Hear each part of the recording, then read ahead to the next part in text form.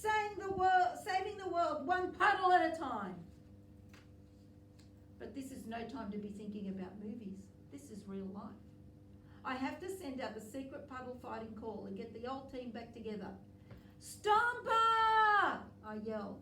Stomper! Stomper! It's no use, says the puddle. Nothing can stop me from empuddling your treehouse. Oh yeah? I say, removing my t-shirt to reveal my secret puddle fighting and identity. You just picked a fight with the wrong guy. I'm the sucker. You're a sucker, all right, sneers the puddle. A sucker for punishment. No, I say, not that sort of sucker. I pull a super-sized drinking straw from the quiver on my back and wave it menacingly at the puddle. You'll never drink me alive, says the puddle. That's what you think, I say.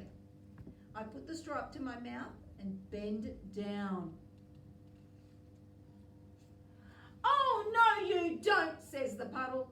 It rises up like an enormous wave and crashes down on top of me. Over and over I tumble. Only my straw keeps me afloat. The puddle gets me in a headlock. But then I get the puddle in a headlock. I've got you now, I say. I stick the straw into the puddle and start sucking and sucking and sucking and sucking. And sucking and sucking and sucking and sucking.